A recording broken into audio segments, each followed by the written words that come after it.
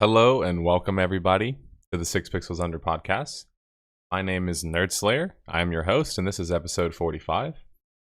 Today is a short sleeve or no sleeve kind of day because it's like over 100 degrees outside, okay? Before the nerds assault me for wearing something so skimpy. Alright, on this week's podcast, we're going to talk about a couple of things. Obviously, we're going to talk about some WoW. And we're going to talk about some Final Fantasy and MMO stuff later on the in the MMOs on the Go segment. But first, let's just get to our current gaming topics.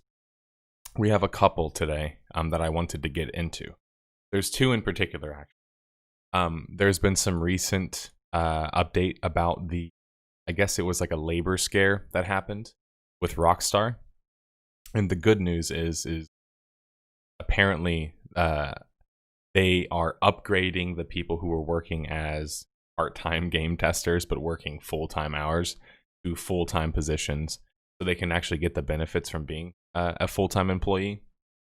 And as far as I could tell, this is one of the first times I've seen a labor dispute actually be kind of successful for video gaming, I guess, if you want to put it that way. Where is my other camera? I don't know where my other camera is. Anyway, sorry. For the people who are listening, you're probably like, I can't see you. But this is the first time I think I've really seen a big change. In fact, I think it says that somewhere. It says, such granular changes to workplace policy are seldom made public nor covered in gaming news. But in recent years, journalism, activism, and at times a mix of both, have brought greater attention to taxing labor involved in making the games so many people enjoy. So I guess that's just the writer himself or himself attributing part of this to the whole idea of awareness having been brought to how bad things are in terms of labor and crunch, and really just crunching in general, how bad it is in gaming and how accepted it is. I guess he's just postulating that now with the recent developments and also Rockstar actually listening past a certain point, it's good to see change like this actually affect something in the real world and actually affect what it's attempting to affect, because it gives us, I think, as gamers a little bit of hope that we can still change things. And I think I could speak for most of us when I could say that, like, I don't think any of us want people to work insane hours in order to create games, but it's kind of hard to see that when you don't see the developers as human. And if you're not seeing the developers as human and not also realizing that there is a developer, a person behind that developer, that's something that we try and cover a lot on this series, really. Just the idea that developers are human, just like us. They make mistakes. In fact, in some cases, one of you guys who's watching right now might have been a better developer than one of the developers in our videos. We don't know that, but maybe you could have also been worse than another. You know what I'm saying? Like, human fault isn't really based on whether you're a developer or not. It's just based on you as a human. So I think we sometimes deify or like we turn developers into these like mythological beings, and it's just not obviously sustainable for them to work insane hours, especially testers. I mean, testers consistently have had some really, really horrible working conditions. And I just know because I've heard stories from testers where it's like you're basically working like full-time job and game testing is one of those jobs where it was like, when you're a kid, it sounds awesome. Like, I get paid to play video games. That's awesome. Like, but is that really what I'm like? Am I just playing video games, or am I playing them in a specific way? And that's the problem, is oftentimes you're potentially trying to break them or playing the same sequences over and over. It's boring after. Just like anything. What's up, everybody? I didn't even say hello to you guys. What's up, John Jakak, Anbu, Limpos, Ginger, Card? I've got AC card, but just not in this room. And putting a fan in this room, it doesn't do it justice. So maybe I'll crowdfund a with the money that I get this month from Twitch. I'll crowdfund buying an air unit, something that I can hook up to the wall. I think that will help it. Whenever I think of game testers, I think of Grandma's Boy. I think most people think of some kind of like joke variation of it. QA work is a pain, period, no matter what the field is. Yeah, that's actually a good point. So the other thing that I wanted to talk about, and I'm only going to touch on it briefly today before I move into the MMOs on the Go segment. And after the MMOs on the Go segment, which is just a quick talk about whatever's going on in the world of MMOs that I find personally interesting, we will also talk about our weekly MMO roundtable topic. Now, I need a couple of you to join me in chat if you're interested in participating in the roundtable. And for those of you who missed last week's because, well, we didn't have a stream last week, I'll go ahead and post the question now for everybody in chat. There it goes. Okay, so the question, the weekly topic of the week, I should say, and the question following is, can PvP and PvE in a... Oh, wait a minute. This is my old one. Why didn't it change? Sorry, wrong question. For some reason, didn't save when I switched it, but here we go. Let's fix that. Okay, there. It's fixed in my sheet, and now I'm posting the old one. Okay. All right. So the question that was not from 2 weeks ago, but the one that was from a week ago, because we didn't have a stream last week, is actually, would you rather an MMO combat be more tactical, strategical, or more mechanically intensive? And I put tactical, strategical together. So tactical typically refers to like a battle. Strategy refers to macro. But I just put them together just to make it easy. And then mechanically intensive. And if any of you need any clarifications on it, what any of that means, you can ask me whenever it's that segment's time, which will be a little bit later. I wanted to get to something, or actually I wanted to get to a couple of things before we did the MMO roundtable. So a reminder, if you'd like to join me on Discord, just go ahead and join the podcast lobby channel and just wait in there. And I will drag you guys in whenever it's time to go. And if you're not familiar with the MMO roundtable, everybody can join. It's open to everybody. The idea is we want to have a weekly council meeting of passionate but diverse MMO fans where we tackle a weekly subject or question for group discussion, and with hopefully enough perspectives that are going to be unique so we can disagree a little bit, and maybe we also develop something more like we've done before. Sometimes we've taken a question and dug deeper because we didn't think that there was enough depth in that question itself. So it's just it's nice to be able to talk to just usually the regulars because they're the people that are brave enough to show up all the time. Thank you, by the way, for doing that, guys. But also just it's a cool way to get people involved and more ways to talk about MMOs, because frankly speaking, like, let's just be honest, there's not a whole lot of places to talk about MMOs. You go to the pro streamer. You go to the MMORPG subreddit or the MMORPG.com, and there's just like so much cynicism there. And if you want to have serious discussion, sometimes you just can't, because it's just like, if the game's not currently popular, people don't want to hear it.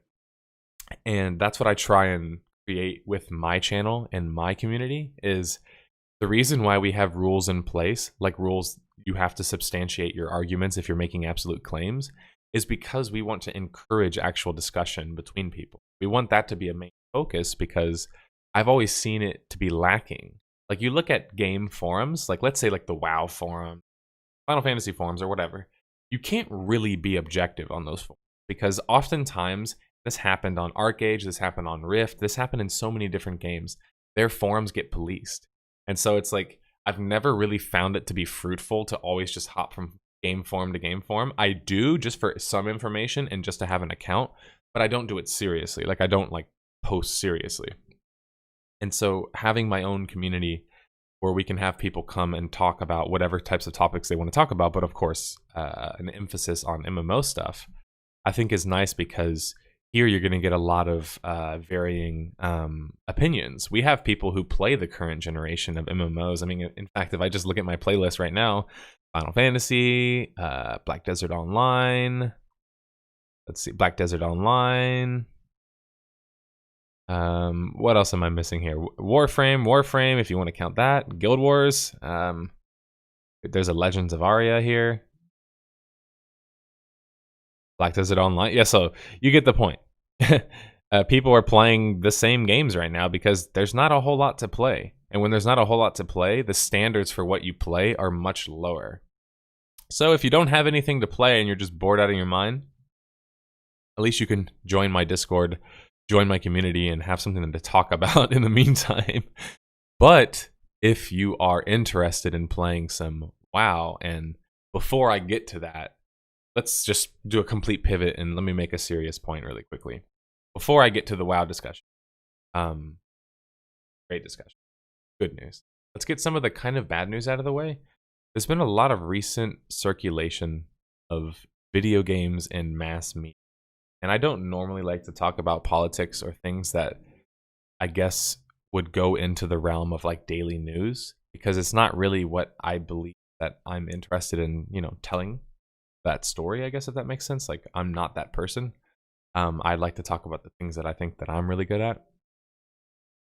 It's hard not to talk about politics when the recent shit that's come out about gaming being this like horrible thing that's leading kids to violence and leading kids to do these unspeakable like shootings and whatever else. And all I want to say on that matter is just, it's complete nonsense. There's enough studies out there, so I implore you guys who are skeptical, and you should all be skeptical, to just go look up the studies on tying violence and violent video games together. There's been essentially inconclusive evidence every time there's been a major study, and there's about maybe one study that showed some sort of link in some like very like extraneous or like, you know, just essentially a loose link. It wasn't a very like good study. It's just kind of like, it's something that I think gets used as a smokescreen because maybe they don't want to have a discussion about something else. And so they make it about video games. But this is not new. If you've been playing video games as long as, you know, I have, and maybe even MMOs as long as I have, which is a long time, you're used to hearing this conversation. You're used to hearing uneducated people say, well, video games make people violent. And I'm here to tell you my anecdote and the anecdote of many people that I've been told this story from personally. And it's just that for many of us, you know, without video games, we wouldn't have had a place to vent. We wouldn't have had a place to meet people and have the same kind of life that we had. So it's like video games, you know, they don't make you a bad nor a good person. But a video game is something that occupies your time and is art. So it's like, it has a higher propensity to do something positive than it would negative. The problem with this is that game addiction or being addicted to things does exist. And there are unhealthy gamers, of course, just like there's unhealthy golf players or whatever. Like, there's unhealthy every hobby. It's just that with gamers, you know, you're mostly sedentary. And so it's like health issues and things like that. People dying from playing too many games. There's been a lot of stigma from uneducated people about video games for a long time. Whether or not addictive behaviors and stuff like that, I'm not going to have that discussion because I've personally had addictive behaviors with video games. So maybe I'm not the one to make that argument or the argument against it. But what the argument that I can make is that the notion that video games make somebody, you know, violent is just, it's not been proven. It's always just thrown out there. It's total nonsense. I have been playing games since I can really remember. And one of the first games I ever played was Street Fighter on Super Nintendo. Is that why I do martial arts now? Maybe. I don't know. Maybe I want it to be like Daoism and just fire my long limb across the room or something, but I doubt it, you know? I think there were other reasons that I got into that. I don't think video games ever made me feel like I wanted to be aggressive. If anything, like, video games always helped me feel like I could not be, because I could just relax, play a single player game, or I could just I don't know, be a healer or something. Except when everyone's trying to chase me and Murder me, I guess. Enjoyable. Having played Mordhau as of late, I'm pretty sure that game leads me to violence. Violence in game is one thing. Violence at a game is a total different thing. Anything that releases serotonin can be addictive. Better video games than unhealthy decisions. And that's the argument that I would make. That how many people are going to die from playing video games? A very, very small amount or small percentage. Like super small.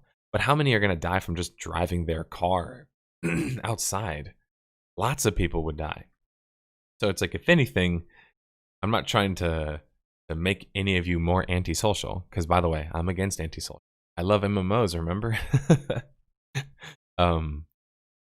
Yeah, it might be safer to just play video games than to drive around in a car. That's for sure.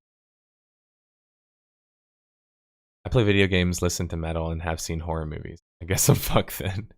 Yeah, you're screwed, Anbu. Ludin says, even studies funded by anti-gaming lobbies wanted to find causation between video games and violence have failed to do so. Yeah, that's what I've seen mostly. How would one grow violent from listening to the latest Sabaton album? It pretty much should make one realize how shit war is. Tank top and a fedora, that's classy. Yeah, you know, I was thinking of, it's a little hipstery. I look a little hipstery, but it'll work because those detectives that you guys saw in the movies and the TV shows, they're in New York, man. It's cold as shit, dude. They're in Philly, dude. It's cold as shit there, man. I'm not there. I'm in Austin, man. It's hot as hell here. They're not wearing 5, 4, 3-piece suits here. I promise you. Promise you. The detectives here are more like Vice City. They're wearing dress shirts or whatever, golf shirts.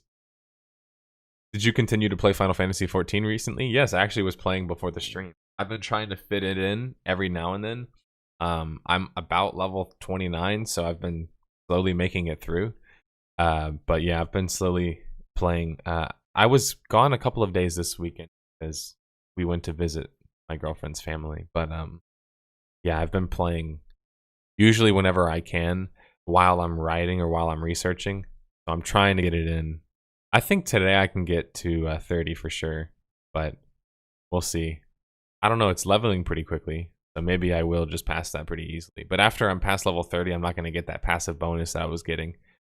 So let me go ahead and move the segment over now to the MMOs on the go segment, because I want to talk about a couple MMO things before we get into our MMO roundtable. And by the way, I don't see anybody except Osai in lobby right now. So please don't let Osai be the only person. Not because I don't like Osai, but because Osai is just, you know, he's just one dude. We need more people. We need more opinions. You sound bored with it already. Card. I play it passively because it's essentially, that's what it warrants from me. So one thing I like to tell people is like, whatever the game warrants from me is the type of effort that I want to give to it. So like, I know that sounds kind of unhealthy, but like whenever I play a game that's like very deep, it makes me want to get deep into it. You know what I'm saying? But when the game's very surface level, it just makes me want to play at surface level. And so the early game experience so far has been very just run here, do this. And guys, I've been playing MMOs since, like I say this all the time. This should be on a TV or this should be on a damn T-shirt. Since I was like 8 years old, I've been doing the fetch quests for a long, long time. And no matter how they package it, it's still boring. So it's like, I just play it passively. But I'm hoping to eventually get to the parts that are exciting of the story. I think someone called it a primal, like that, is where there's some big event. But anyway, enough talking about Final Fantasy XIV for a second. Or, psych. Speaking of Final Fantasy XIV, guys in my Discord gave me some cool information. Something that's oddly relevant to what we've been talking about, which is just simply that apparently it's been heard. And they, in a live letter, Square is going to be, or at least they announced officially that they will be aiming to complete a patch in 5.3 that's going to be associated with the new game plus experience, and also condensing a lot of the side quests. So this is like good news, but I found out that 5.3 at this point would essentially mean that this change is about a year away, maybe a little bit less.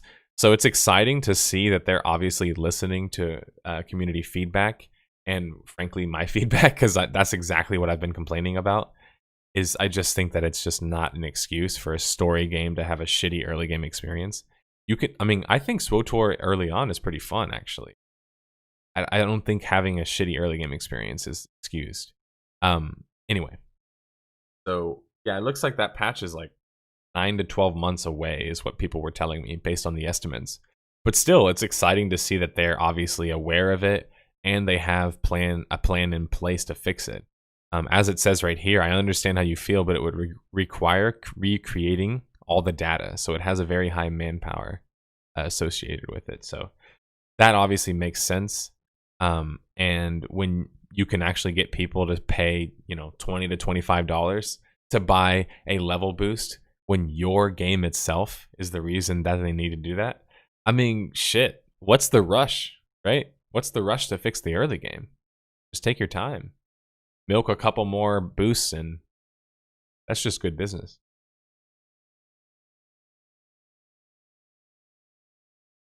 We talked about the need for better quests in MMOs. Yeah, they feel like they haven't really evolved since when I first started playing them, which is just crazy to think about. And actually, I'll take that back. They feel like they devolved in many ways. Because you look at like Guild Wars 1, which is one of my first MMOs that I played, like serious MMOs, if you want to call it that. And when I say serious, I mean like a game that was like serious, not like Habbo Hotel, which was technically my first MMO. But in that game, obviously, Guild Wars 1 was very instance, but it had some cool story sequences where like the world would change and the world would be destroyed and like town would change and you would have like different instances that you'd be sent through, and sometimes you'd go back in time and you'd see like other players. Like it was just like a very interesting way to handle story and handle like questing, and it was never really just like super boring. It always felt like it was part of the world. So that game was really good at doing it.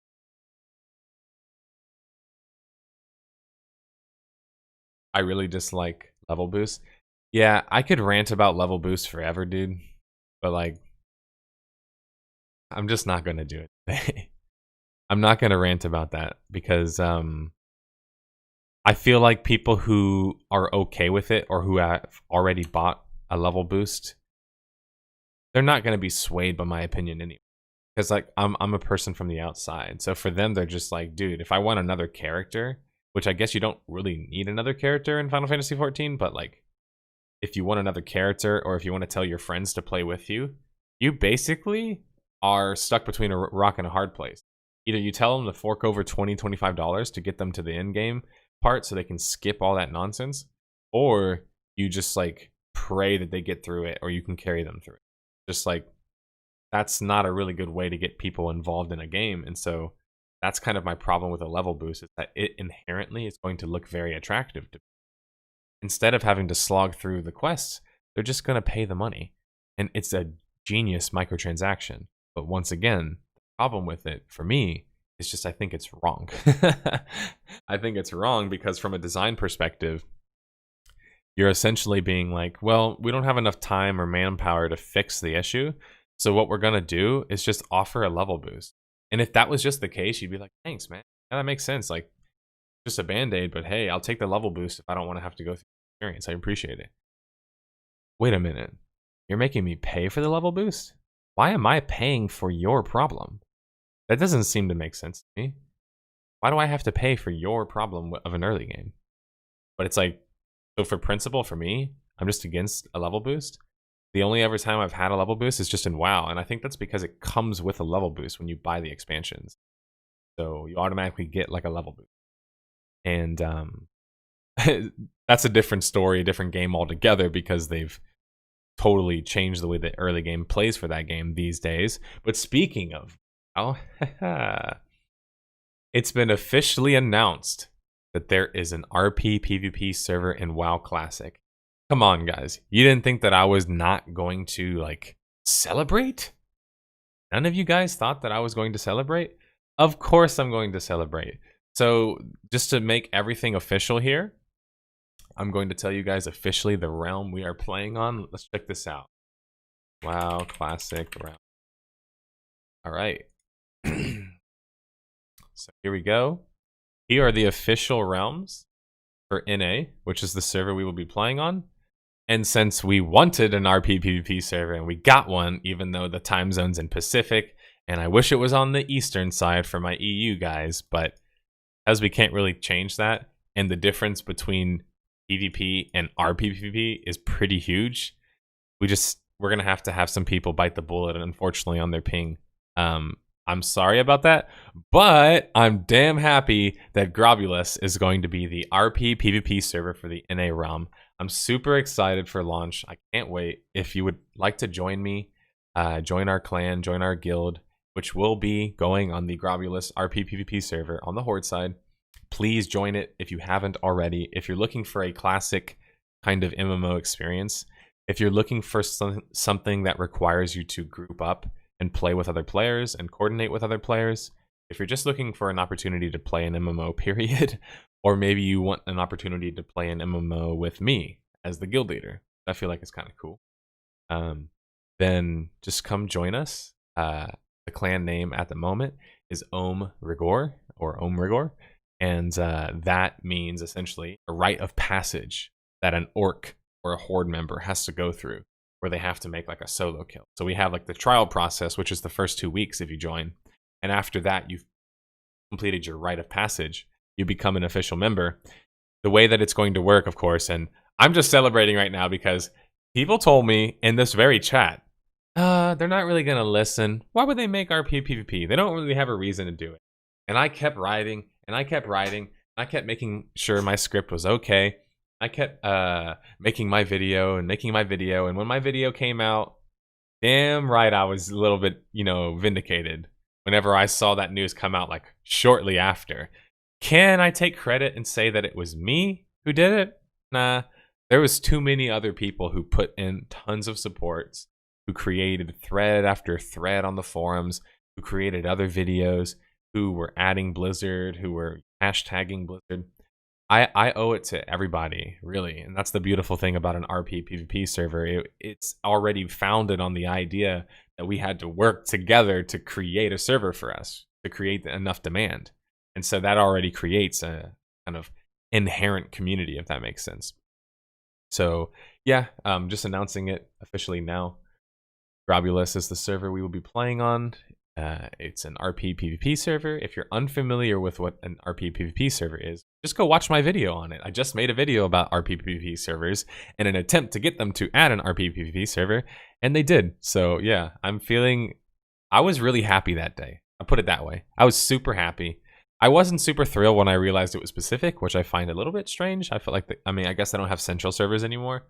I felt like it would have made more sense on the Eastern side, but I get it. They put the RP server on the Eastern side, so it makes sense that they went for the Pacific style. But yeah, I'm super excited. I'm already planned it out. I'm gonna buy a bunch of like yummy, like high quality, healthy snacks for myself. So I'm gonna be snacking, but I'm gonna be snacking like semi healthy, and I'm going to be leveling my hunter first and focus on leveling my hunter. And then whenever I'm done leveling my hunter, whenever I'm done on my hunter, then I'll get on my warlock as my secondary character, and I'm going to kind of keep him along with me.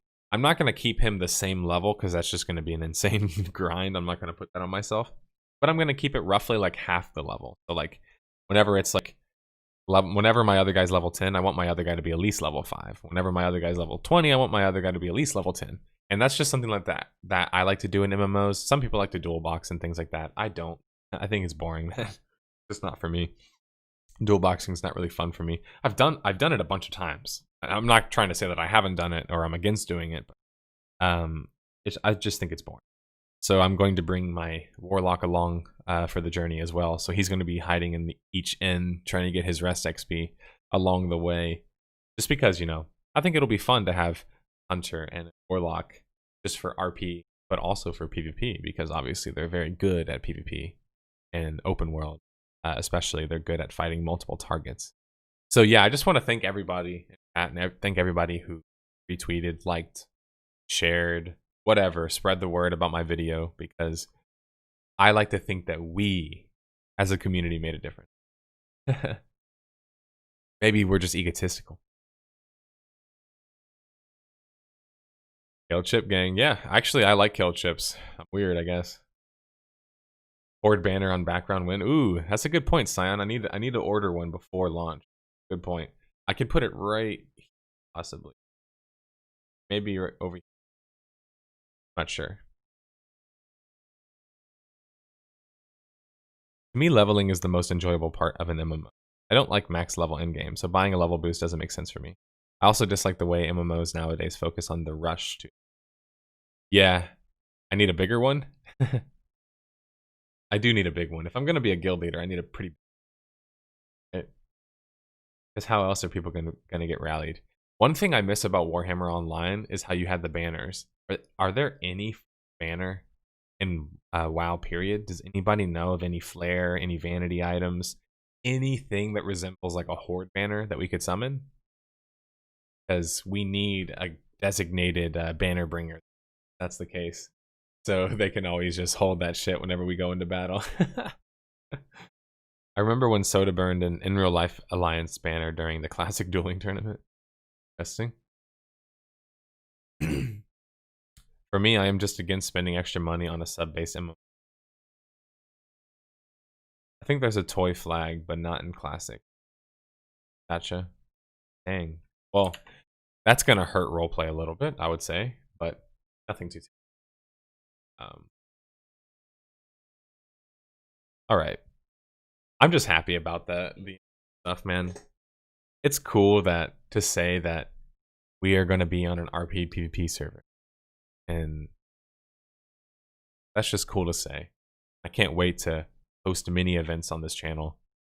I know people have been wanting to watch more MMO content. Hopefully, if I can get through these next, 10 to 15 levels in Final Fantasy, you can watch some more of the exciting content, or the more exciting content there, or at least my reactions to it, since I feel like my reaction's not really changing at the moment. But with WoW Classic launching in 15 days, right? Someone correct me if I'm wrong. 15 days? That's going to be really just the main game that I'm playing for the next, couple of months. I don't know. We'll see. Past the new year, right?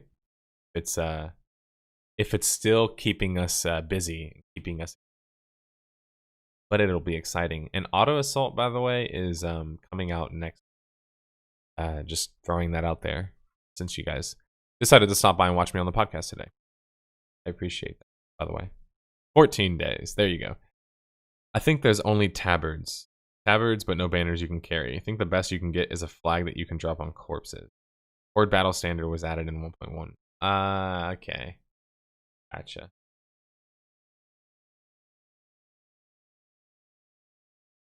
Yeah, I guess tabards could work, right? Tabards could work.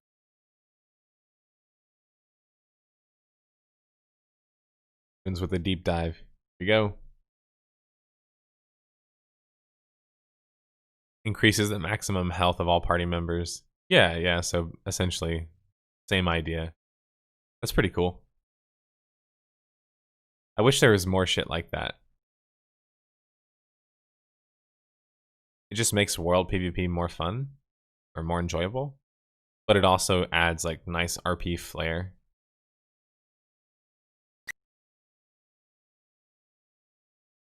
Can only be used in a battleground. Rip. Feels bad, man. Only in PvP battlegrounds. Yeah, of course WoW would take something so cool like that and then only use it in a battleground. Man, dude, if Classic Plus is a thing, hey, yo, hit me up, guys. I'll tell you how to make your game way better at World PvP. I promise. In fact, I shouldn't say this because this is horrible business, but I would do it for free. Just for you guys that are watching right now. I've thought way too much about World PvP, okay? Way too much. Would be pretty bad if it was 5 gold for a one-time use. Isn't there the that one warrior weapon? Or no, the druid weapon that increases your attack speed, but it has a chance to use it as a charge, and it eventually uses up your weapon? What's the name of that weapon? I can't remember it. Hey, what's up, RC Win? Thanks for the resub, man. I appreciate it. 9 months. Welcome back to the Nor Club. Tip. Be a flex. Manual crowd pummeler? Yeah. There you go. I'm looking that up.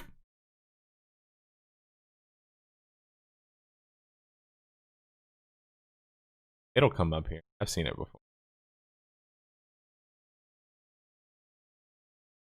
Increase your haste by 36 for 30 seconds.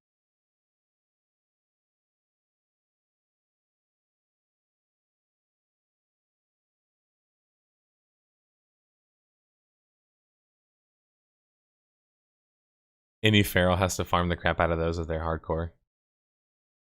Yeah, you know what? I think I told you guys this. I love Feral Druid, and I really liked it in TBC through Kata. But the problem that I have with Druid in Classic WoW, the class is a lot more of a true hybrid, which is just not personally. I'm not as really into pure hybrid, but I get it. I get what they were going for. I think it's kind of funny that they totally disregarded that though, and later like balancing with the druid, they totally changed the way that the class was originally supposed to be designed. They made it more like 3 separate, druids essentially.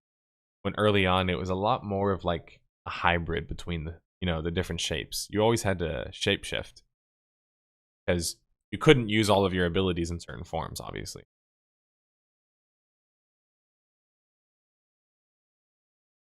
In Classic, they were the definition of jack of all trades, master of.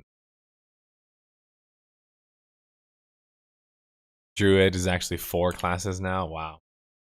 Crazy. What's the 4th?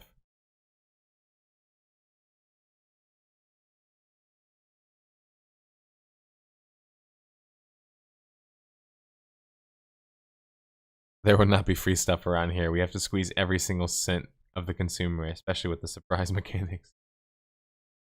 Guardian, Feral, Balance, Restoration. Oh, Guardian. That's right. That makes sense. Chicken, cat, bear, and tree. And floor tank. Floor tank was always a good meme. Alright, what else did I have for you guys today?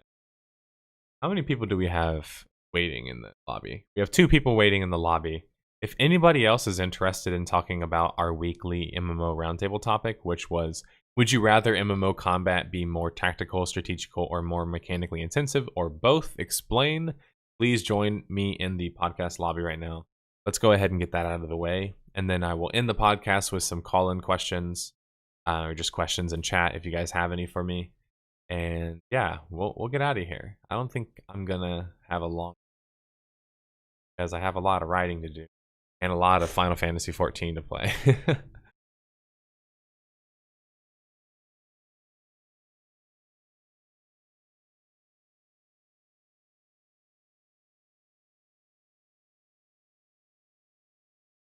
Mega Ultra Chicken. All right, we got 3 people now. I'll wait a couple more minutes and then I'll go ahead and get started.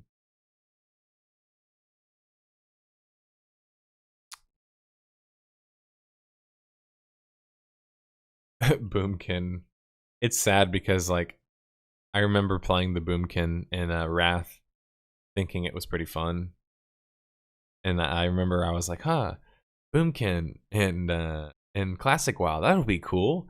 And then I went and like watched videos on it and I was like, maybe not. Kind of looks. How badly do you think the servers will die on Classic launch? I mean, based on how many servers they currently have, I think there's a good chance that the servers are going to get pretty wrecked. But I also just expect that generally when MMOs launch, because it's always a wake-up call for developers, even if they've experienced it before.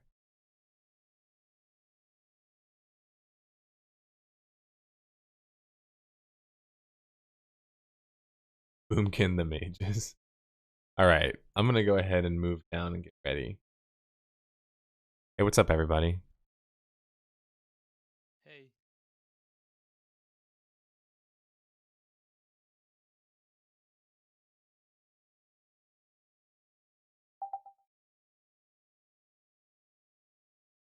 So since we're less people, are we going to have to like do the usual like X in chat to get like the order or Yeah, so sorry, I was turning up my volume.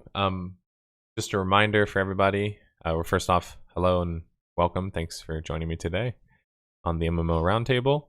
The weekly topic for this week, as I've gone over before, is would you rather MMO combat be more tactical / strategical or more mechanically intensive, or both? And then, explain. And yeah, if you could just type right now an X in the MMO Roundtable if you'd like to go in a certain order. And we'll just do it in that order. And then after, we'll open up the questions to, or just we'll open it up to the floor, and then we'll open it up to the audience, Twitch chatters, whoever else to kind of comment on it as well. And then, yeah, hopefully we'll get some more interesting discussion. Okay, so it looks like Osai raised his hand first, so he's going to go first. all right, so what I think about today's topic is that I wish that MMORPGs had like were more mechanically focused, but I think that the reason that most of them are mostly like strategical is for a good reason. Like um, I think it's easier to design a game around. I mean, specifically an MMORPG. I think it's easier for it to be like the combat strategical because um, well, like the well, first of all, there's the like the servers have to like the netcode hasn't been really good in most MMORPGs, and they have to handle like hundreds of players, and also like I think like just well like the encounter design is easier to like anyways that's pretty much it actually like let me think a bit more actually like yeah so like next person like Okay, yeah, that's cool. We can come back to you. I'll go ahead and go then. So for me, I think of it as it's just whichever one you choose to focus on for your MMO. I think you kind of, in some way, have to make sure to focus your combat around that given thing. So, like, a good example of this is like early MMOs oftentimes were tab target, and that was just essentially because of a limit of the systems that they had available and technology at the time. And so they were very crude tab target, to the point to where movement kind of didn't really matter as much. Like in the case of EverQuest and in the case of like Guild Wars, those two games, movement's not really a big thing because movement is barely even functioning, right? It's more about casting your abilities or getting in range to throw off your ability or whatever else.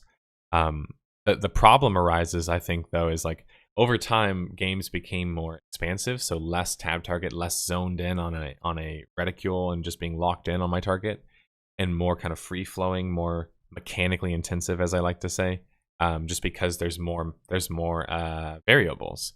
When you're not just like hitting an ability and you always hit your target, and you're having to worry about terrain and movement, aim, and things like that, that's more mechanical. The problem is that games got a little bit more mechanical, but not a whole lot more.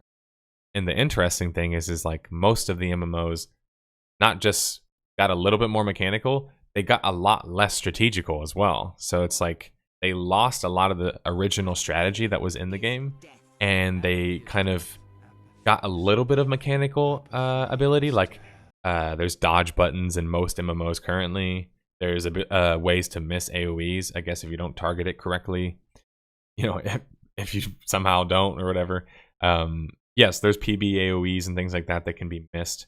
So there's some mechanical aspects in these games. There's dashes and things like that, but it's not just like straight up like a fighting game where it's frame for frame data. It's not the complexity of a let's let's say like a physics based game like Jedi Academy, where it's all about where you place and you slice your lightsaber and how you get a hit on somebody. It's not really about physics in the current generation of MMOs, but it's also not really about the tactical or strategical aspects. Right now, it's like we're at this weird like amalgamation of both of them put together, and I think that they're both inferior at the individual thing, if that makes sense. So like, to explain what I mean, like if I want an MMO to be more tactical or strategical, it makes sense given the context of the games. Say, for example, with, I don't know, ESO or Final Fantasy, or even just throw in Guild Wars. I want those games to be more strategical, more tactical, because I like that aspect of tab target style games. But somebody else might think the opposite. They might think, well, I want those games to be more mechanically intensive. I don't necessarily think one is right or wrong in that case. I think it's just more which is going to fit the game better. And for example, if you look at a game like Elder Scrolls Online, they have a console audience. So how much more strategical or tactical can the game be when you have to worry about how many buttons can my console player hit versus my PC player? And not to say that they need to be comparable exactly, but it needs to be somewhat comparable. So now you have this big restriction on a lot of these games because they have cross-platform, or not cross-platform, but like they're played across multiple platforms. And that limits your strategical ability. But then it also limits your mechanical ability because you're being played on a console, you can't be as, ambitious as you could be on a PC, right? Because you have a smaller audience. So maybe the whole console thing is a big reason that the combat became kind of more like hybrid combat, and it wasn't just like very strategical, and it wasn't just like very mechanically intensive. But I would just argue essentially that I'm not saying you can't have a hybrid combat system. I just think that it's interesting that current combat systems aren't very much like mechanically intensive, or like they're not more mechanically intensive than previous generation of MMOs, and they're also less tactical or strategical. So my argument's more of like less of would you rather, but more of like, we definitely have to be better than where we're at right now. If we're going to choose which path to go, you have to like make that a big focus of your game. If you're going to be the more tactical, strategical game, you need to have more abilities, more builds, more ways to play your given class. I think a perfect example of that is the job system in Final Fantasy XIV. It doesn't allow for a lot of tactics or strategy because every class every job, kind of plays the same way. And so it's like, okay, well then maybe we can make it more mechanically intensive. Well, you can't because it has a console audience, and it also, as a game, isn't very mechanically intensive. So that's kind of my problem with games like Final Fantasy XIV and Elder Scrolls. Now, Elder Scrolls has like ability and movement canceling shit, which only exists essentially because the game isn't mechanically intensive enough. So players like kind of created their own mechanics. But anyway, like I'm getting away from the point now, but the point being that whether or not it's more tactical or strategical or more mechanically intensive, I think you have to kind of choose one more so than the other, because at some point they're kind of at odds with each other. When a game's like too tactical and too strategical, think like an RTS game. Most RTS games don't take a lot of mechanics. Most of them don't. But people like me who grew up playing StarCraft have a different view of it. They're like, oh, but StarCraft takes so much mechanics. Yeah, but that's kind of like a very small percentage of the RTS genre. Like most of them don't take a lot of mechanics. And for the people who don't like playing StarCraft, what I would always hear from them is that, oh, that game's just too mechanically intensive for me. So they would like to play the game that has a lot more strategy, which totally makes sense. But StarCraft still has a place. It doesn't mean it's a bad game. It's just a different kind of game. But imagine if StarCraft, and this kind of did happen in some extent with StarCraft 2, but imagine if StarCraft all of a sudden became less mechanically intensive, like by a large amount, but then also, became maybe like the same amount of mechanically intensive or a little bit less, and then also all of a sudden became super strategical or tactical. Most people would be kind of taken aback by it. They'd be like, what? It'd be a little bit jarring and kind of different, right? That's kind of what I feel like the MMO genre is at right now. It's like, it went from being like, we're very strategical and big brain and we have all these abilities and you have to know the specs and there's like 1,000 ways to build your class in like Ultima because it's open skill systems, or Asheron's Call. It took a big brain to know like what's the best thing to build, to getting like, oh, we have action games or kind of action games where it's like you need to be able to dodge and move and react and do combos and things like that, to now kind of at this weird spot where we're back to being like in between them. So I don't know. That's my point, I guess.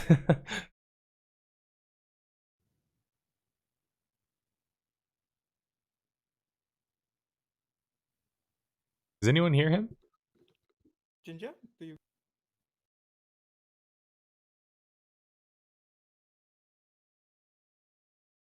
Yeah, for some reason we don't hear you, Ginger.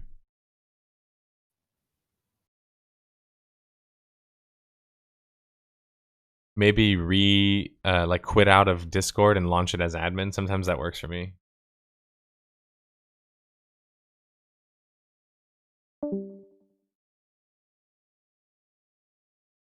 I tend to enjoy any combat that rewards the player for understanding the mechanics of the game and using that to their advantage for good positioning, spacing, cooldown, management. Yeah, I guess. Hello? Hello? Oh, okay. Sorry. Yeah, no, continue, please. Yeah, sorry. No, I was just gonna say that while we're waiting on him to come back. One thing I wanted to comment about to further expand what I was saying. Wait, you there, Ginger? Damn, it didn't work. Bad. Yeah, we still don't hear you.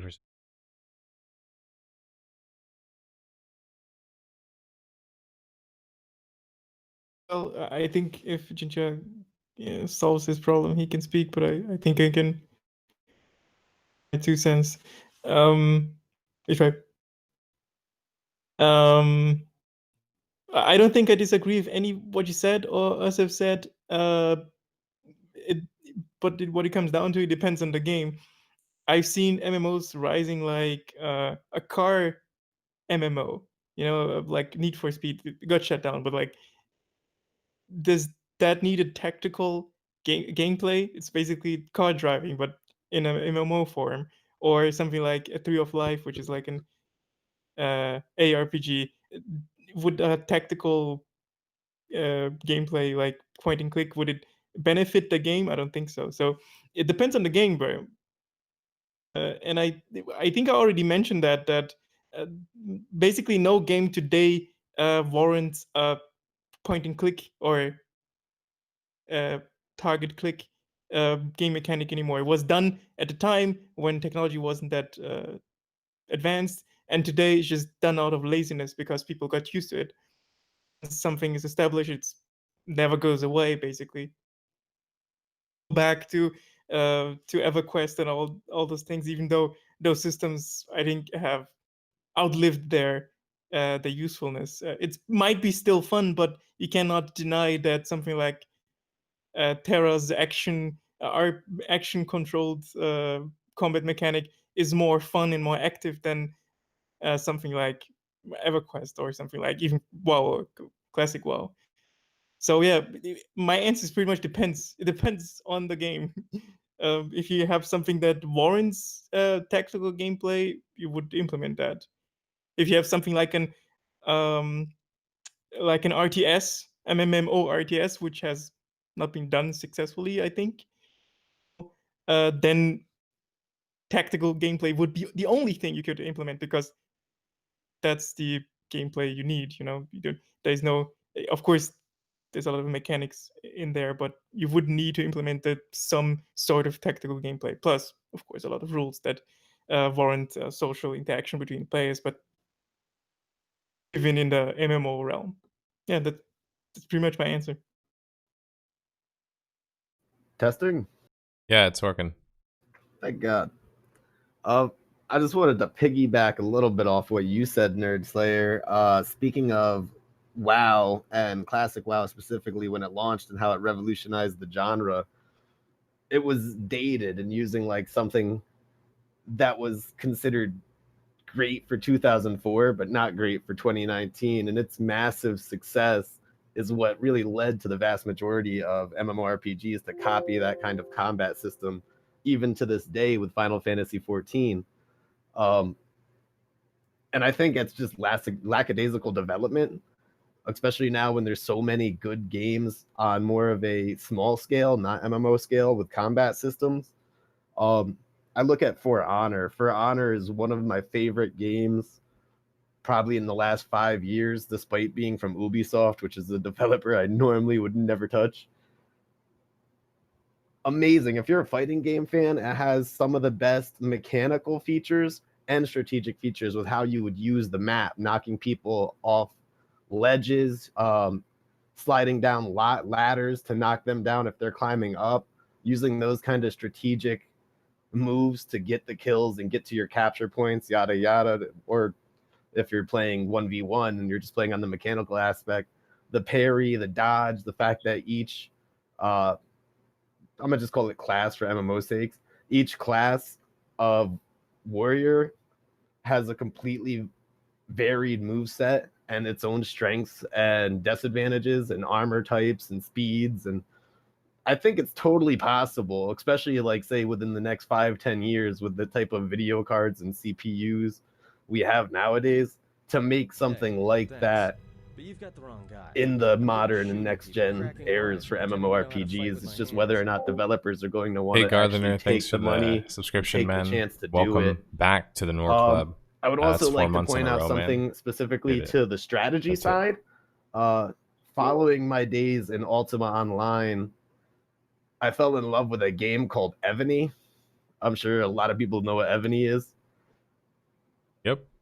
Before it became a super pay-to-win wreck, it was one of the coolest strategic MMORPG style games that I at that time I ever encountered, because you form these massive alliances.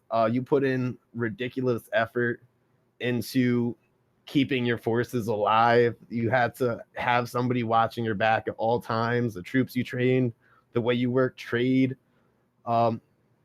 The combat was simple, but the strategy, I mean, the combat was numbers, basically a number crunch, but the strategy behind it and the roleplay element of building allies to counter the enemies you got over time, I think there's vast many things that you could do in this aspect of combat. And one game I would like to bring up is Conqueror's Blade, which is an early access title, which is kind of like stealing a Dynasty Warriors / Evany kind of feel. It's not really like anywhere near fully released yet, so it's hard to really say what it's gonna be.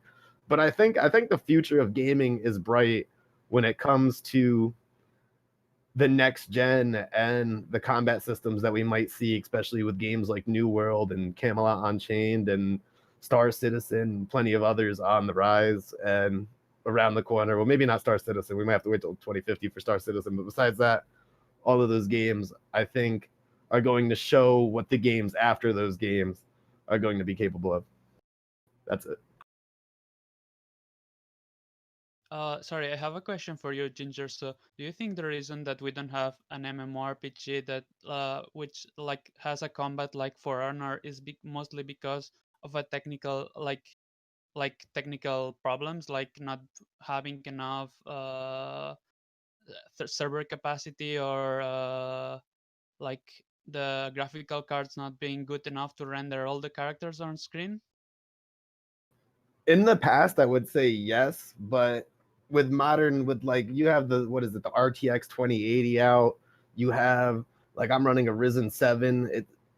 You have so much technology and it's only getting better, and internet speeds are ridiculously fast compared to when WoW first came out. When WoW first came out, people were playing on DSL still, and a lot of people were still on dial-up. I think times are changing for the better, and with the technology, better games can be made and better combat systems can be made that can actually, I think you're the one who brought up the netcode, if I'm not mistaken. Yeah. Better things can happen with modern technology. It's just developers like to play a safe market. You'd rather play a market where you're guaranteed to make money than take a chance on something that could be big or it could be a waste of $200 million. I think that's part of the problem is, like Carlo was saying earlier, when he said like these games don't warrant the kind of combat that they have. I think that should be examined more, because I think it makes a lot of sense when you think about my criticism really of just most current MMOs, my criticism is basically based around that idea that it's like, okay, so when you make your game a certain way, is it a design decision or is it because you were limited by the resources? Tab target was created because it was limited, resources. It stayed because of what exactly? Because like it didn't get more complexity. It didn't get more complicated generally. Like, yes, some games did some cool things with it. Warhammer did some cool things with it. Other games had more combat system, or more combo systems and stuff, like Ion and stuff. And Age of Conan, that's cool. But really, it didn't evolve a whole lot. And I think that's part of the problem is if you have a game that seems very tab targety and it also doesn't have a lot of customization or a lot of abilities, to me it's kind of like, so why are you a tab target game? Because I grew up playing tab target games that had fuck tons of abilities. There was a lot of class variation. There was a lot of RPG elements, if you call it that, where it was like classes were different. But current games, it's like, man, either the RPG elements don't matter because the classes are just all over the place jumbled, and people can just swap between them freely, or the game has a combat system that just makes me wonder, why aren't you more complicated then? Like, if you're so mechanically easy, why are you not more complicated in another way? And let me rephrase that. I think a lot about, if this game isn't mechanically intensive, what is the skill ceiling? Because by nature, if it's not mechanical, it has to be strategical. Because what else would it be? I don't think there's anything else that really covered.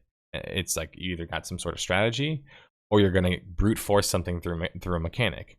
And if you can't do it through a mechanic, but you also can't do it through a strategy or tactics, that's the problem I run into in most current MMO. Is like, you feel like in a battle, you couldn't play it any better because there's barely any mechanical ability being demonstrated. And then at the same time, because the classes are so similar and they don't play differently, you also feel like strategy-wise, there's not a whole lot you can do to change things. And you look at games like Classic WoW, and they're different in that respect. And why are they different? Because a class like the Shaman has a lot of different totems and different types of utility spells. One of those utility spells used at the right moment could be the matter of life or death. And that's how that kind of a tab target game should be played. You should be rewarded for using the correct ability at the correct time. But they're taking away tools. They're giving us less customization, less abilities, less variety within a certain class, and they're not really increasing the mechanical part. So I think, that was me kind of piggybacking on what Carlos said earlier about they don't warrant the kind of gameplay they have, and I agree with that. They don't. Like, if you're a tab target game, where's the fucking complexity? Because that's what tab target originally was. It was the complexity. It was strategy. It was like you had to outsmart people. It was about calling targets and having the correct team comp and things like that. Like, you know what I'm saying? Like, anybody else play some tab target MMOs? I mean, am I saying anything wrong here? Like, that's how it is in those games. It's not really about like, oh, I'm the best mechanical tab target player. Said nobody ever, because nobody gives a fuck. Like, no one cares if you have good mechanics in a tab target game because there's barely any mechanics. But if you're a mechanical god in like Darkfall, then you were a problem. I can tell from experience. I used to school lots of people in groups of people just by myself, just because I knew how to move. They didn't know how to move. If you don't know how to move, you get cut when physics and friendly fire. So it's just like moments like that don't exist that much in MMOs, and you can call it netcode, you can say it's server issues. I get that, and I'll concede that until it's just easily proven wrong, or proven wrong, period. At a large scale, I'll concede that eventually. But right now, I'll say sure, fair enough. It hasn't really been done at a large scale, so maybe let's just say it's technology. But what's keeping them from making it more complex? What's keeping them from adding more abilities or having more specs or more variety, or you know what I'm saying? Like, what's stopping them from doing that? Well, I'll tell you, laziness. They don't have to. People are getting used to playing worse and worse combat games. That's why I always cry about this shit, because MMO combat is not really getting that much better, guys. So I feel like we need to make a bigger stink about it. And I know people do with ESO all the time, so I appreciate that. But like, just in general, I think part of the mechanical complexity in the tab targeting games nowadays is just Hey, Alondra's what we know son, what they thanks talk for about the is don't resubscription. step That's on 2 the months red in a row. circles. Like Welcome to the Nor Club. for I example, in the appreciate raids in your patronage. FF14. As far as I have played, I've played a bunch of raids at max level. I haven't done the hardest one. I haven't done savage raids. Just like a few of the like early ones, and like most of the mechanics were like just like watch what the boss is doing to see where he's gonna hit, so you can dodge like the red circle. And other than that, it's just DPS checks and like I'd say like the mechanical complexity that the game also has is like optimizing your rotation.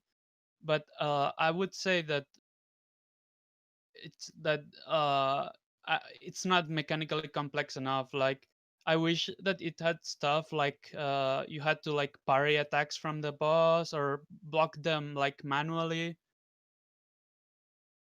And also the other problem that those games have is that most of the job of handling the boss is done by the tank, and the others just have to dodge the AoE. So it's like they don't actually get to interact with most of the mechanics. I think that's because when dungeons are often designed, they're designed from the perspective of like a group is doing this. But I know this sounds strange, but you should also design it, I think, from the perspective of a single player in that dungeon. So like let's say we have a 5-man group, the dungeon needs to be designed for the tank, just as it needs to be designed for the DPS and the healer, because you have to think about all of their experience. And I think that's why most dungeon healing, for example, is pretty damn boring, because it's like, how do you really impact or interact as the healer in that scenario? Well, you just kind of stay out of the reach or stay out of danger. And like you said, the DPS can't really react because they're always moving around and making sure not to get hit by anything. I think it has to be looked at from how do we have the tank and the DPS and the healers have like similar or maybe even different experiences playing this dungeon, but at least a experience and not just a crappy same experience, which is obviously different. I agree with that. So I recently reinstalled Champions Online, which is one of my MMOs I come back to once in a while. It's very quickly that playing alone is not fun. I mean, no MMO playing alone is not fun, but also this tab targeting mix, I think, doesn't really work. And that's because enemies do a lot of damage early on and they keep doing damage. Doesn't matter how high level you are. So even if you play in the group, it's challenging. But because the output from the enemies is so high and you have basically no ability that can make you dodge or something like that, it becomes very boring because it's basically a numbers game. How high can you stack up your armor, or how high can you evade?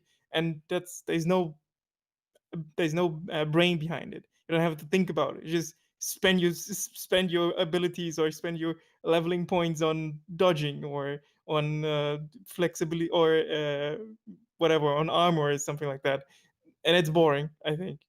If I had something like I mentioned earlier, Terra, which you can basically dodge every time, even with abilities, fun. It's more active. It's not this thing. And I think especially on superhero MMO would gameplay that is more active instead of more passive with the targeting system. I would like to piggyback off of Carlo real quick. That just you really when we talked about Terra and the dodging system, while you were talking, I was thinking about ESO and the bash and block system, and then how afterwards, like bashing and blocking is what makes you the difference between an okay player in ESO and a good player in ESO. But then you can step away 15 feet, swing your sword, and still hit the guy, hit your target. There's something I feel that's missing from this week's question, whether mechanical or strategic, is what about immersive? That immersive combat that makes you really think you're there, like really into it. That's missing from most tab targeting or just most MMOs in general. I think that actually does go kind of hand in hand with what we're talking about. So that's a good point of saying like, how do you know which one to choose? I think it actually comes down to that point. It comes down to immersion with the game. Like what kind of game are you trying to play? Like Carlo was saying, if you once you figure out what kind of game you're trying to play, then you have an idea of like, if you wanted to be immersive to that kind of game, that kind of experience, then what kind of experience is that? Is it more strategical? Is it more mechanically intensive? And I think that, of course, there's room for both, but you still have to end up kind of choosing one way to go, because if you choose both and you don't really focus on one, then you kind of have a game that's always going to be severely limited mechanically and severely limited strategically, which is just an inferior combat system, in my opinion. Like, I know so many people will try and tell you, oh, but ESO or Final Fantasy or Guild Wars, there's hard parts of the game. And it's like, I'm sure there is a hard part of the game, but I'm telling you, my personal experience, those games are very, very easy mechanically, like very easy, to the point to where at the highest level, most players aren't making mistakes mechanically. They're not. It comes down to them using the abilities and using the abilities at the correct order, or on the correct target, and that's a lot more strategical and tactical. So it's like, when the mechanics aren't even great enough, like if you just have a dodge mechanic that's an invuln button, that's not mechanically intensive enough to really be difficult to do. I know it might seem difficult to double tap something or press a button whenever you want to dodge out of a circle, but for a player who's good, it isn't hard to do. So that's kind of like one thing I always try and work through, is like, man, if you're going to focus on having one or the other, I think you're right in saying, Ginger, that the immersion is a big part of that, because you have to think, like, if I'm playing actually, let's just use the superhero example that Carlo was saying. I would agree. I would expect it to be fast, and fast pace and fun to me would be more mechanically intensive than strategical or tactical, just by nature of this type of style of game, right? Like, I'm more likely to enjoy a game that's closer to like Marvel, what is it? Ultimate Alliance, or something like Capcom versus Marvel or whatever. Like, you know what I mean? Like Marvel versus Capcom, sorry. Like, those are the type of experiences I think of when I think of a game that's like a superhero game. So if I played a superhero MMO, I would expect it to be a lot more mechanically intensive.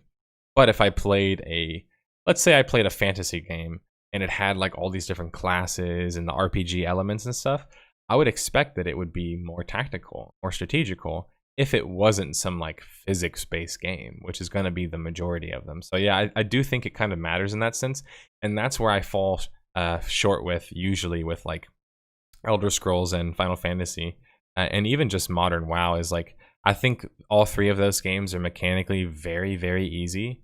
I think their strategic and tactical elements have only decreased over time, and I think that for me is just a recipe for bad MMO combat. And like, I'm not going to sit here and say they're horrible, they're the worst combat, but just in my opinion, like, I don't really think they're good combat systems. Like, I think they were good for the time, which was like 7-8 years ago, and they're clearly looking dated. Yo, by the way, I think that mechanic based combat also has different issues.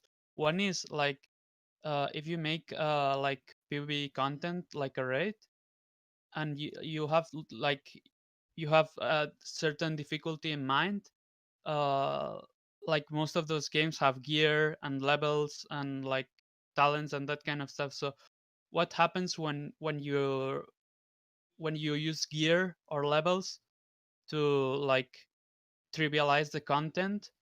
I think like that's one of the problems that it has. And the other one is the massive content like world PvP or world bosses.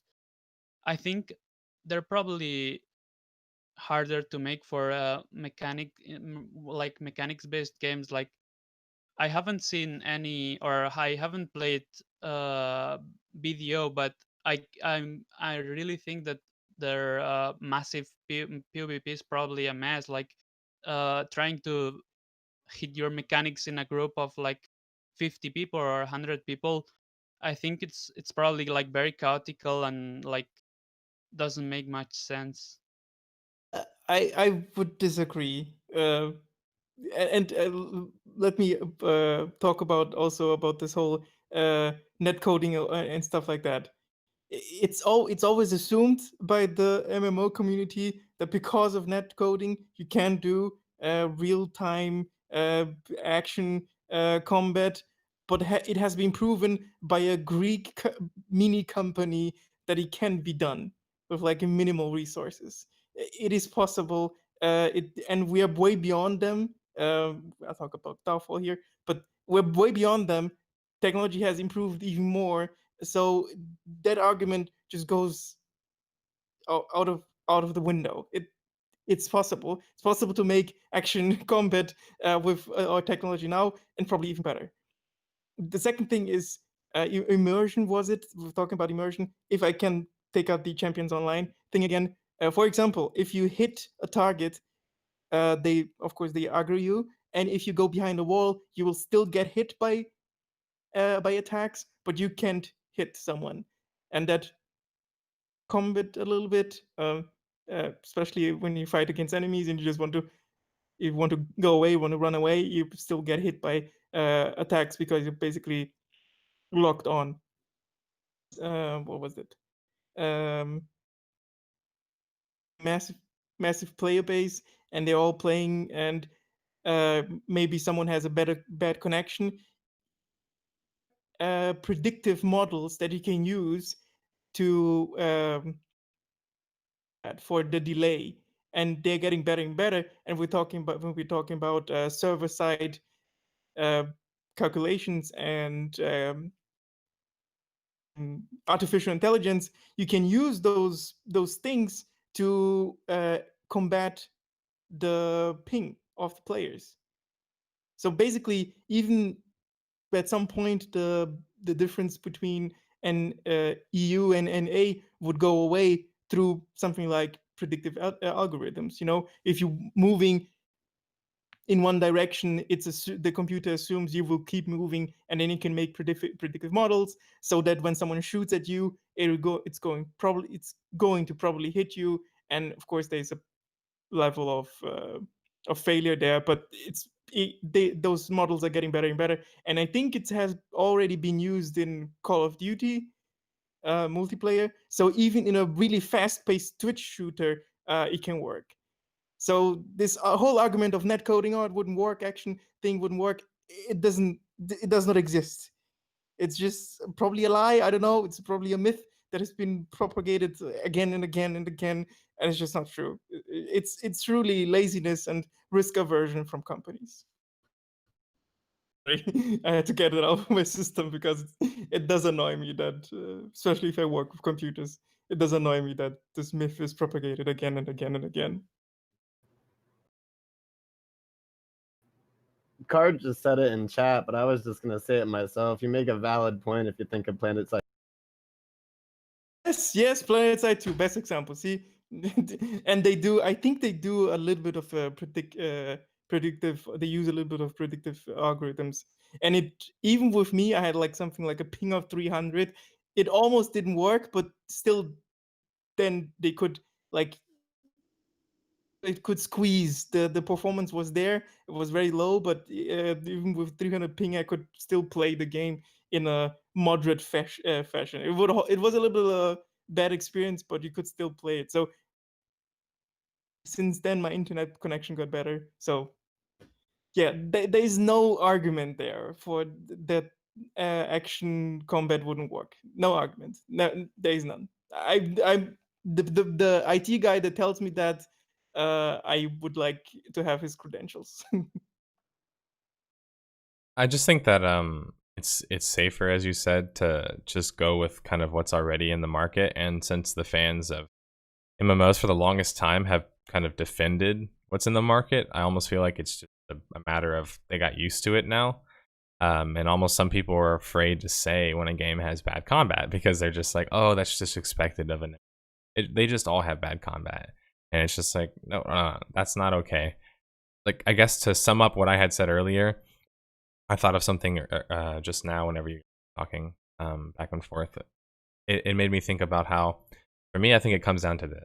I'm not saying your game needs to be super tactical, and I'm not saying it needs to be the super mechanical game, but at least give me as a player some way to outplay my opponent. Just give me some way to do.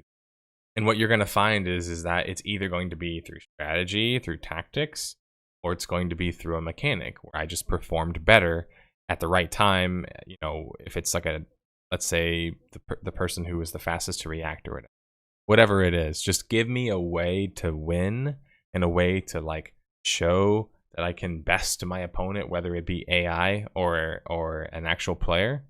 And I'm okay with the combat, like whether that means that it's an RTS like StarCraft, which I like, or an MMO like Warhammer, or a game like Jedi Academy, or you know, like whatever kind of game it is, as long as it gives me that ability. That's what I always look for. In MMOs, man, like they can do that. They can make them more complex. They could add like combo chains and like deeper classes and more customization and like grid systems and things like that. They could add all of that, but why don't they? It's because they don't want to animate. They don't want to have to put in all the extra resources to create that. They'd rather just create really cool, nice looking class like in Black Desert Online, and then give it a couple of abilities, because it's just much cheaper to do that versus like introducing a new class with 200 abilities or some shit, or like, you know, 100 abilities, or like 3 different specs in it or some shit like that. Obviously that takes a lot more resources, more time, but I will never stop my fight against those who say MMO combat is just destined to be bad. I disagree. I will always disagree, because I've played plenty of MMOs that have had cool combat. It's just that not a lot of people played those games. Or not for long, at least. But does anyone else have anything to add?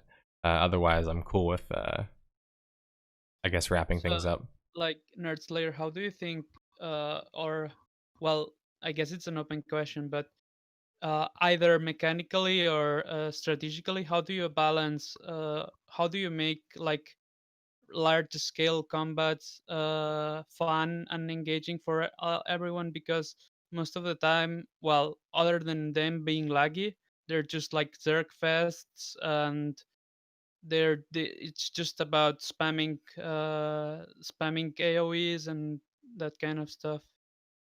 So you're asking how to make open world a better? No, I mean specifically like large scale combat, like a world PvP conflicts where there's a lot of Okay. people, or in the PvE side you have the like world bosses. So are you asking like what's the best way to make that function? Yeah. Okay.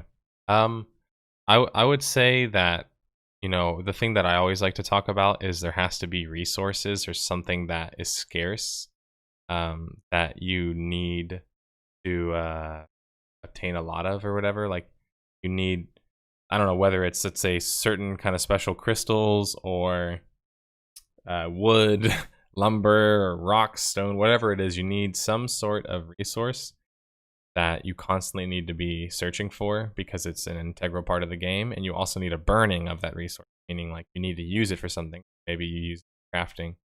And then I guess with like open world, when you talk about zerging and large scale stuff, how to make that function more, I guess, excitedly, would be like there has to be more strategy involved.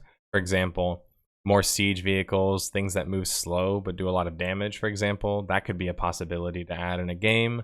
There could also be things like resource gathering, could power up certain parts of the map, and these mechanics have existed before.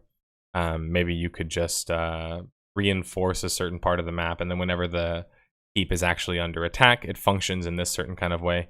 The other thing is the reason why I dislike a lot of tab target games is because Zergs and tab target games always reign supreme. Always. They always reign supreme. And the only argument against that is if the other Zerg is just better. If they're just much better players. That's the only other, basically the biggest Zerg wins.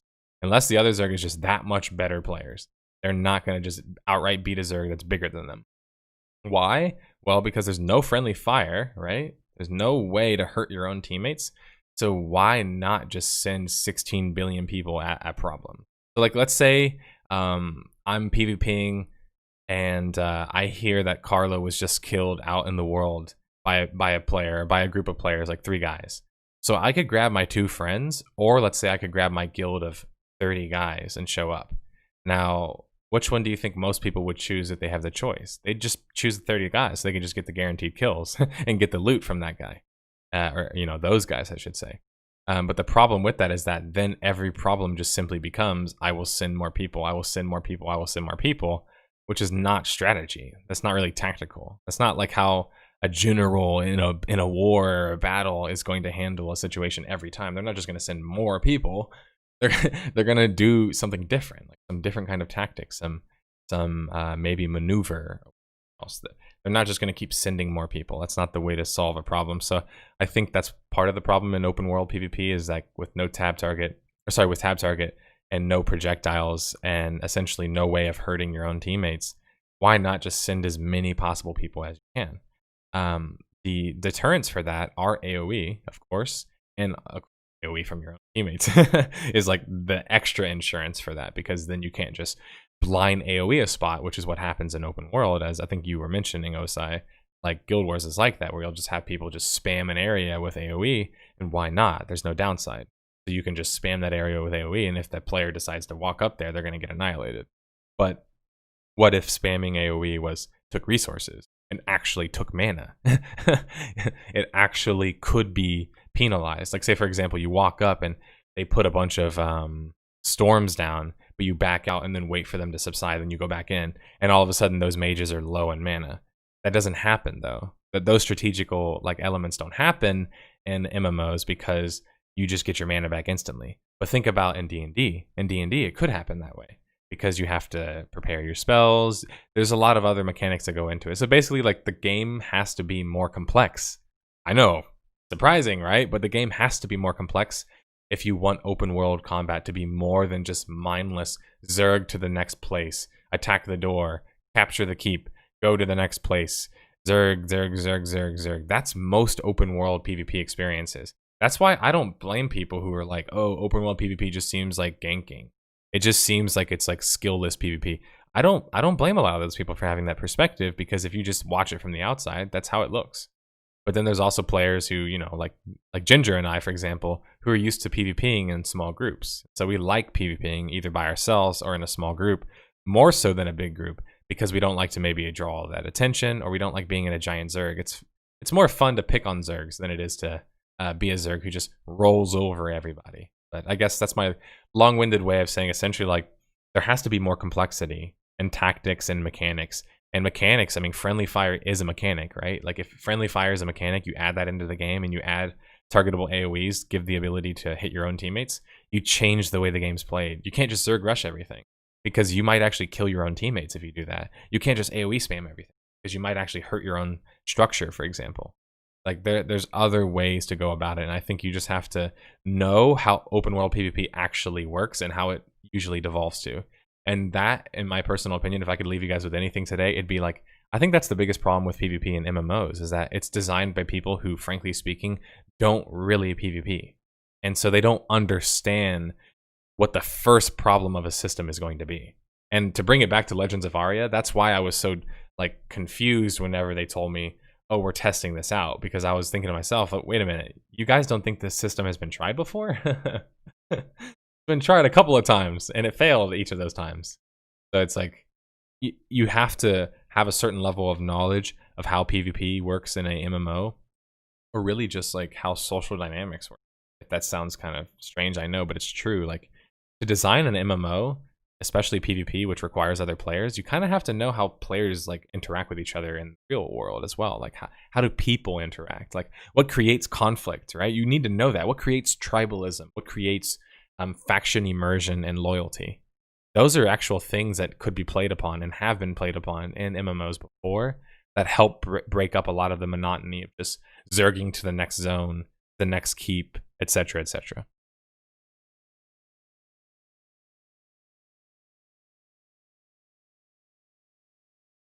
But all right, so it got quiet, so I'll take that as the opportunity to go ahead and end this roundtable.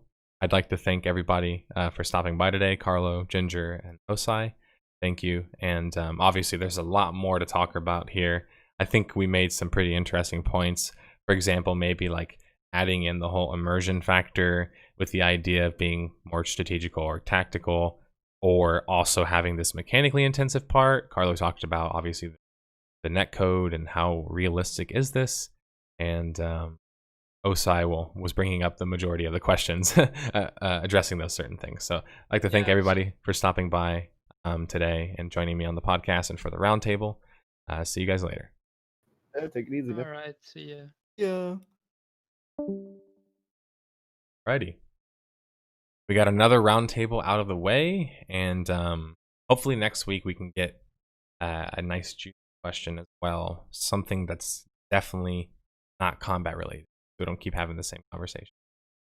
Does anybody have any more questions they'd like to ask me before I end the podcast? You can fit in a couple more questions, perhaps. Things off.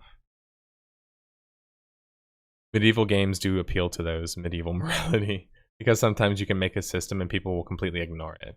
I don't really agree, though, because in a video game, that's actually the complete opposite. In the real world, that's true. You could create community rules and people could disregard them. But the problem in a video, or the thing in a video game, not problem, but actually a strength of it, is that you can actually enforce it with an actual video game mechanic. The problem is that many developers think that their first attempt at something is kind of all they need. So like they attempt a big, broad, or risky mechanic, and then they're just like, damn, it didn't work right away. I guess it's not going to work. And they don't change it or constantly evolve on it. And you have to, like, especially if it is risky. Like, there's just no way that you can not have to constantly iterate on something if it is a bold idea. You're not going to get it right on your first attempt. What are your thoughts on Vindictus? Did you ever play it? I did play Vindictus.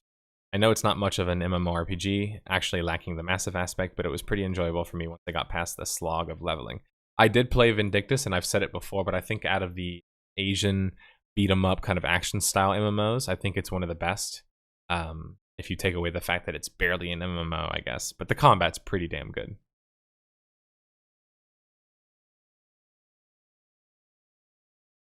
How would you force group play? Because the game has none. So forcing group play is interesting. The easiest ways, I'm actually going to argue, aren't combat. It's actually part of, you have to make it part of the game. If you make it part of the game, like for example, you can buff each other, you can provide unique things to each other. There's class flair, professions are unique, and so you need to go to like a burglar if you need to open a lock picking box or a chest or something, and you need to go to a doctor if you need to cure some sickness. There needs to be mechanics from the classes themselves and the professions themselves that interact with players, because that creates an environment where they're also more likely to want to help each other with combat. It kind of works the same way. Like out in the real world, if somebody were to help me, like say for example they were to open the door for me, then somebody were to immediately punch them, psychologically speaking, I can tell you what my bias would be. My bias would be to help the person who just opened the door for me. And why is that? Because they just helped me. So it's like combat, you're more likely to work with those people who help you. So it's like if you can create a community feel, you're more likely to want to work with other players, period. But obviously the easy answer is just, of course, combat. Combat needs to be difficult enough and punishing enough that you wouldn't do it by yourself. And I think that there's plenty of examples of that. EverQuest is a severe example of that, but it's a good example of that. Classic WoW is a good example of that. Galaxies was a good example of that. Throughout its iterations, really. Even in NGE, you needed help on big monsters. You couldn't just solo them. What's your best guess for the Star Citizen release? Let's say 2022.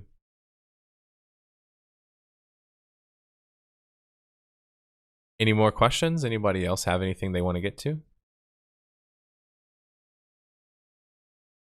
By the way, yeah, apparently someone in guild chat is saying in about 5 hours or so, there's going to be name reserves in Classic WoW for those who are interested.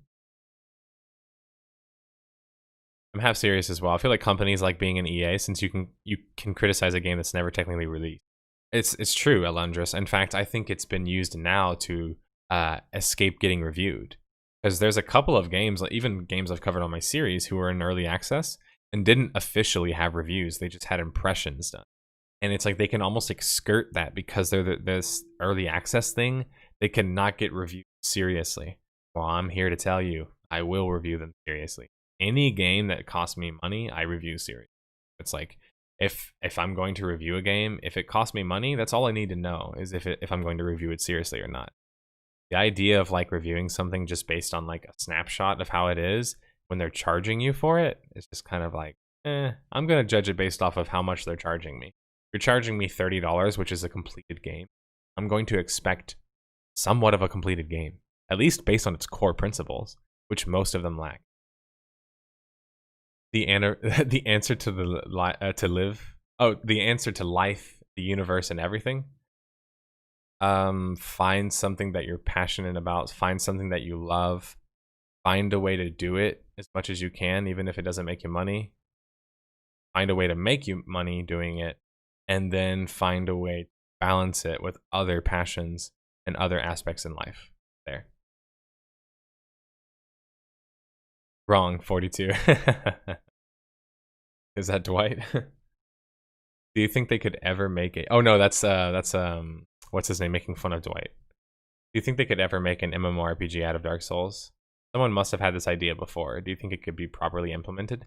You mean like an MMO scale with Dark Souls combat? Is that kind of what you mean? Because like I think that's possible.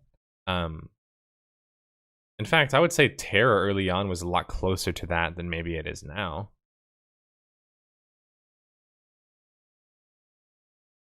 It's one of those things where people jump over the gap where it's the lowest, even if it means they'll lose out in the end. Like a lot of social mechanics are never used because you can just stay silent and still get some of the reward.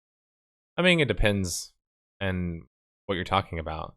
Like, I guess like in most group situations, yeah, there always is at least one quiet guy. But like, say for example, if you were playing Galaxies and you needed a entertainer buff, you couldn't be quiet. It wasn't possible. You needed to tell them what buff you need. So even if you only said strength buff, like if you said STR buff, if that was all you said, technically speaking, you're still interacting, still communicating, poorly or barely. So it's like, in that way, it's like, I'm not saying it's 100% a solution, but it is a solution. It's not the solution, but it is a solution. So you need multiple solutions for a problem, especially one of social interactions and environments, because it's hard to get that right in the real world, let alone in a video game where it's constantly evolving. Have you ever seen a talk where a guy talks about who are the kind of people who play MMORPGs alone, how they play the game and what their motivations are? I haven't seen that. Is it like an article or something? Yeah, I definitely would watch that. I could say personally, like my bias is I don't really care what a solo player thinks, honest, because like I look at it from a macro perspective. So no offense to the solo players who only ever play solo, but I'm not thinking about you when I think about MMOs, not really. You're the last thing I'm thinking. The first thing I'm thinking about is how do we make those players social? That's the first thing I'm thinking about. So I'm like literally on the other side of the spectrum.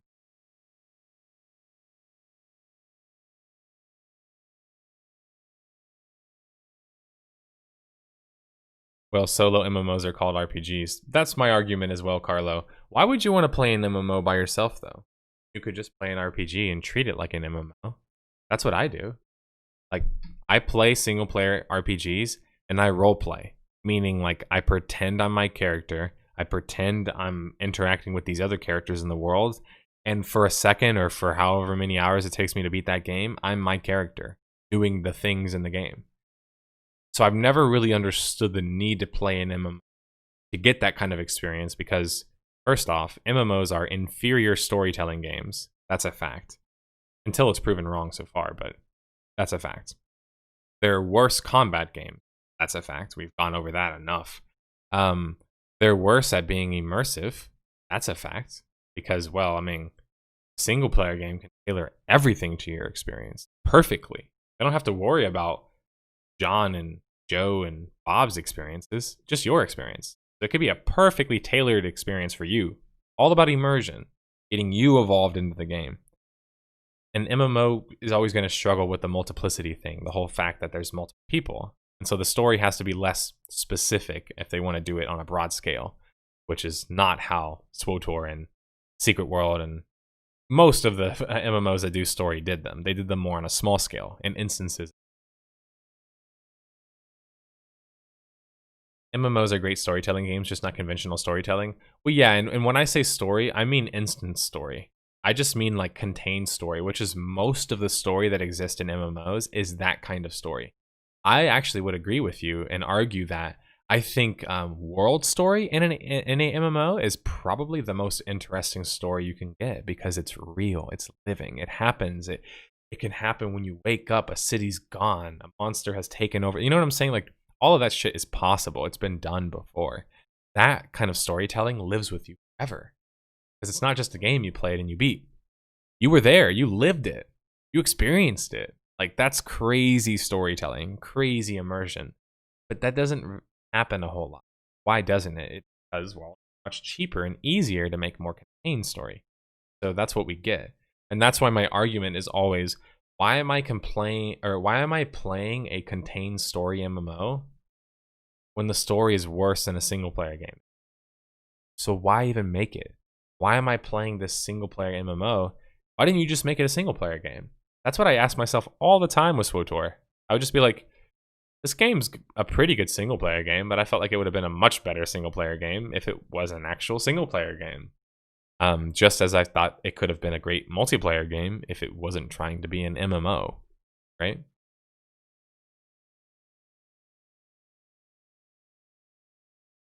The fact that there are multiple people with their own interests, IMO improves immersion. I agree with that. Having some content, sure, but when you go and make the entire MMO global, the game suffers. I think absolutely it does. I don't think there's any argument that.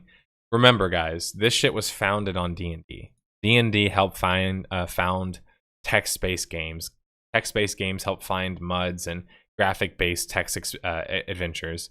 Those helped find 2D games, which found 3D games, which put us where we're at now. Point is, it all comes from the pen and paper RPG D&D experiences. What D&D experience is better when you design it for only one player? When you're in a party of other players? None. You wouldn't do it. It wouldn't make sense. Everybody has their own story. Everybody has their own tale. Some people might have like bigger focuses during certain parts of the plot, but everybody has their own plot. Everybody's important. It's not just like, you're not just like, yeah, I'm playing with 4 other adventurers, but I'm the only adventurer that matters. It doesn't work like that. Because it's not supposed to work like that. It's about being collaborative group content. As a note, I had 8 friends on a private Ragnarok online server. It was a great time going through the content the game had to offer.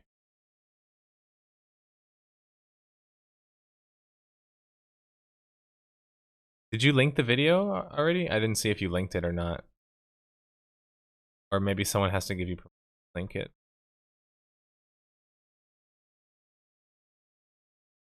It's called Kingdoms of Amalur. Only miss out on the PvP aspect. Special animal. What we need is Neverwinter Nights 3. Well, Amanus, I think they're trying to do that with Baldur's Gate 3, if you've heard about that. They're kind of like teasing that they might be going for like a Neverwinter style thing.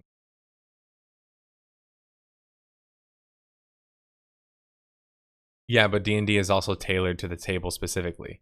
It is, but what if I told you, Alundris, that's how MMOs were originally designed as well? Because they were. They were originally designed as a little bit of players. MMOs weren't instantly massive. Massive, whatever that means, meant something different back then. Massive back then just meant 256 players. So like if you had 256 players, your game was massive. So meaning like 256 players, your developers could tailor the game to the player base because it's not that big, right? 256 players is enough that you could tailor to. Just as smaller games, which of course existed in droves as well, probably were the norm early on in text-based games. So most of the experiences were tailor-made. The problem arises when you have too many players to where the developers can't directly impact everybody's gameplay anymore. Well, now they have to start making macro decisions and less micro decisions.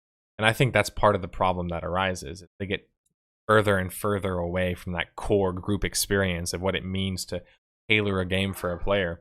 Perfect example.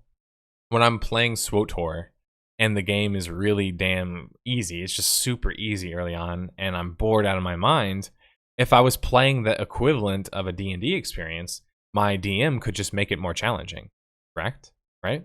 Now, if I had my personal developer, the same thing could apply. My personal developer could make the game more challenging for me. However, a personal developer is not realistic when I have like 1,000 and thousands of players. So obviously we're not going to get a personal developer. But what if we could design a system where developers were, or at least some branch of developers, maybe like moderators, did have a lot more hands-on experience. They could impact things. They would change things like that. Maybe you could be the DM. Why even have to make the GMs do it? Why not give me the ability to affect my own instance? It's already an instance. Why not make me have the ability to make the quest harder, make the storyline harder? Because I want to. Why not? So that's kind of another thing that I like to tackle with MMOs as well is, yes, people will say that, oh, but D&D is different because it's the table. In theory, yes. But it actually, conceptually, they're very similar. It's just that a developer is the DM, and there's multiple developers. So there's multiple DMs, and there's way more players, and you're not in front of the same actual table. You're online, which online RP exists too. D&D exists, obviously, but just throwing that in there as well. Maybe the future of MMORPGs is procedurally generated content to fit the demands of a massive player base. I mean, a lot of that procedurally generated content ends up being boring because the activities themselves are boring. I think if the activities themselves can be fun, sort of like, you know, playing Mario Party, running around the board, is that the most fun thing ever? No, but the mini games are damn fun, right? So after every turn, you know you're going to get a fun mini game.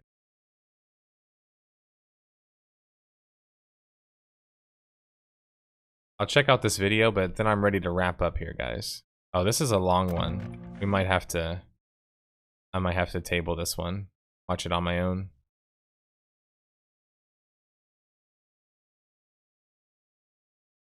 Because other players are a-holes. Or wait, I want you guys to read the... Because other players are a-holes, this guy says. I've always played MMOs solo because I don't like playing a game or when a game is put on a schedule. Okay.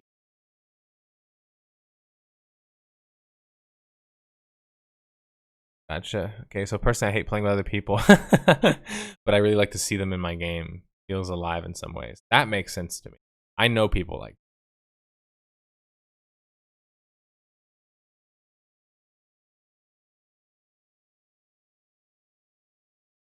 I get anxiety and self-conscious about my skill level and performance. Cannot wait until I leave. Well, that's kind of normal though. Everybody's like that in the real world.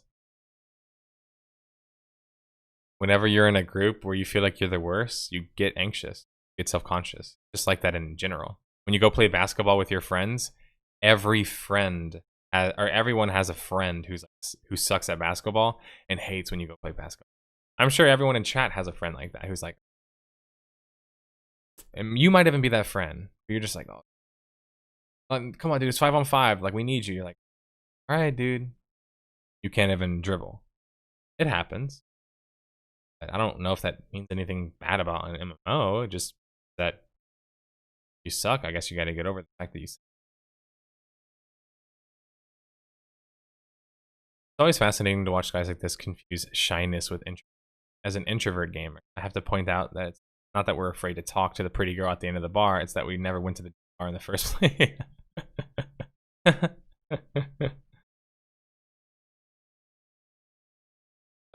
I play MMOs almost by myself simply because I can't stand the toxic population of MMOs. What's ironic is he is part of that. By saying something like this, let me zoom in so you guys can see. People like this crack me up. You are part of the toxicity because you're not contributing to it. You're taking away from it. You're not even adding in to whatever you're saying is so bad in the first place, which means how are you any different than the people who are toxic? If anything, at least they're contributing. You're not even contributing. You're literally not even contributing because people are toxic, which is toxic. If everyone didn't contribute, the game would die. That's just hilarious to me about sometimes the rationale you see. All right, dude. I'm sure that's why you don't want to talk to 99% of people, because they are all talking, not you. 99% of anything is a vast majority. I won't trust anybody who says 99% of something. It would be toxic in the context of an MMO, because if every player never said anything, the game wouldn't function in the same way. Well, since everyone else is sharing, okay, now people have stories. Okay, some people don't have real life fans. Okay, that makes sense. There's certain charm into soloing challenges that usually needs a group of players to overcome. I agree with that. Good point. Yeah, I'll check this video. Whoops. I have another question I missed.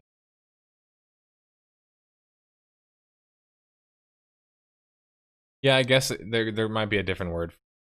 Toxic to me is when something doesn't work and people are just like voicing like a lot of negative frustration. I guess that to me a toxic environment be one where nobody talks, but technically speaking, socially it wouldn't be toxic because nobody would be talking at all in a way. I still think that's pretty toxic. People don't talk on purpose not to talk. Kind of toxic. My issue comes when MMOs start to cater to those players excessively. So the problem with that too is it starts like a it starts as a slippery slope, where all of a sudden you start adding in like easier difficulties and solo modes and solo instances, and then that's just where you think it's gonna start and stop, but it never does. And why doesn't it? Well, because they start to realize, well, shit, we can make money off of selling people individual story experiences. So why don't we just like focus on that instead? And well, that's what they do. They focus on that instead.